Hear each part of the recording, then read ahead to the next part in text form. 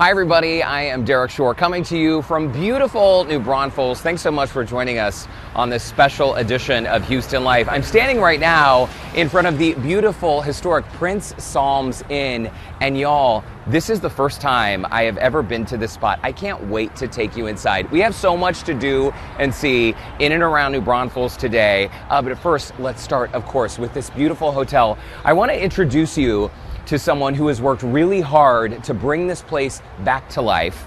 I think he's waiting for us inside. Let's go. John Wickham. Just as I thought, he's waiting inside. John is the hotel director and general manager here of the Prince Solms Inn. Thanks for having us, John. Of course. Thanks for coming in. Yeah, it's great to see you. We got to chat about this hotel because it did not always look like this. You've done such a great job on the renovations. Oh, well, I appreciate that. Yes, we've done quite an extensive amount of work to the building, although trying to keep the integrity of the original layout and features of this historic hotel. It's a perfect example of some of the very rich history that exists right here in New Braunfels. Was it 1844 when the first German immigrants arrived in Galveston and then made their way to New Braunfels? Is that right? That is correct. So Nicholas Zink is the one that led those colonists up here, and through wagon train all the way up into this area, which was a 1,300-piece parcel of land purchased by Prince Carl Solms, which then became the colony of New Braunfels. Okay, beautiful. And you can see that German influence as you go through town. It truly is everywhere. When was this particular hotel constructed? So this building was actually built in 1898. There actually was a previous building on this site, which was the Joseph Klein House, which is actually still located on the property. But back then they picked it up and moved it to the rear of the property and built this fantastic hotel. Well, and just every little detail. Can we go inside and Yes, show of our course. viewers? This is sort of, what would you call the lobby, the check-in area? So this would have been known originally as the parlor, and it would have been a little bit of a larger room at the time, but we now use it as our lobby and reception area for the hotel. We've tried to keep all of the natural size in here, so it is actually a 13-foot ceilings in here, which you don't see as much in a center hall Victorian. But we've kind of tried to recreate a version, not obviously authentically Victorian, but a little more comfortable for today. Well, comfortable, contemporary. I can see all of the nods to the era when, like, the hotel keys, for instance, were just kept in a cubby behind the check-in desk. This is not where the hotel keys are officially kept. No, we no longer use the big bulky keys any longer. We're a little more modern than that. Wow. And John, I mean, everything from the furnishings to the paint color, you worked with the owners to bring this place back to life. Yes. Luckily, the owners of this building, they own Muck and Fuss, which is our sister restaurant on the property as well, entrusted me to kind of bring a little more life into it, make it a little more relevant for today, and a little bit of carte blanche as far as picking all the furnishings for this new version of the Prince Solms Inn. Well, and I had a little walk around earlier before our viewers saw this space, and I couldn't believe at the end of the hall here, there's the mullet room. How did you come up with that idea? Well, that's a funny story. So that used to be a suite, actually, which used to be called the Prince Carl Suite. And we felt, because of the speakeasy that we have in our basement, we wanted to reuse those spaces. So we actually decided, well, let's make it more of a multifunction room.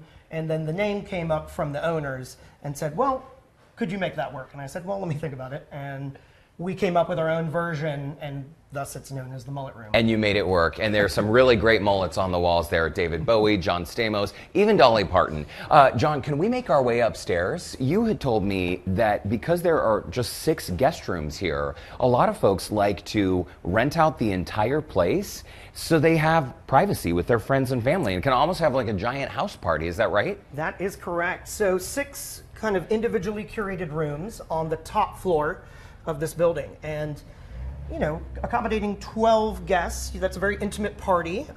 It also works well for weddings and rehearsal dinners. We've had it where they've actually rented out the entire building.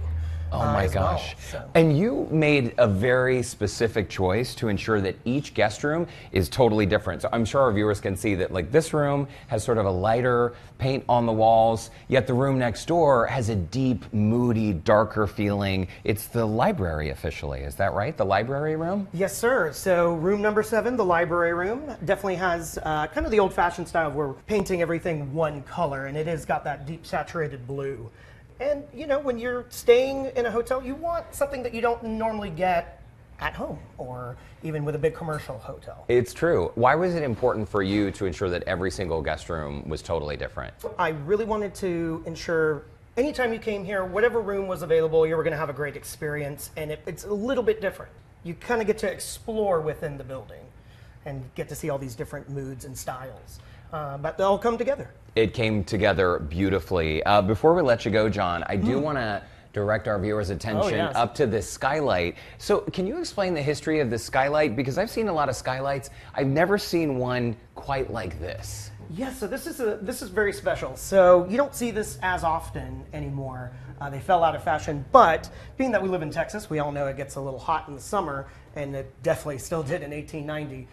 So what they used to do with this big skylight is you would open the windows to the rooms from the outside, the transom windows, which are the windows that are over each doorway, and then this skylight would be open to the sky, and that would help kind of move the air in the building to kind of cool it down in those hot summer months. And then you would open the front and back doors. We're running parallel to the Kamal River, this building, so that allows that breeze. The breeze would come through, the hot air would flow out. Exactly, kind of circulating it for the guests that were here. And it brings in more light to this and beautiful. that as well, in a time before electricity, when this was built. But that's what's so great. There are modern comforts here at this hotel. You've done such a great job, John Wickham, of preserving its history. Thank you for spending time with us and showing us around. Thank you for coming out. I appreciate you all. Now we're going to get a bunch of friends and rent out all these rooms and make it a party. All right, what do you say we check in with Lauren Kelly? She is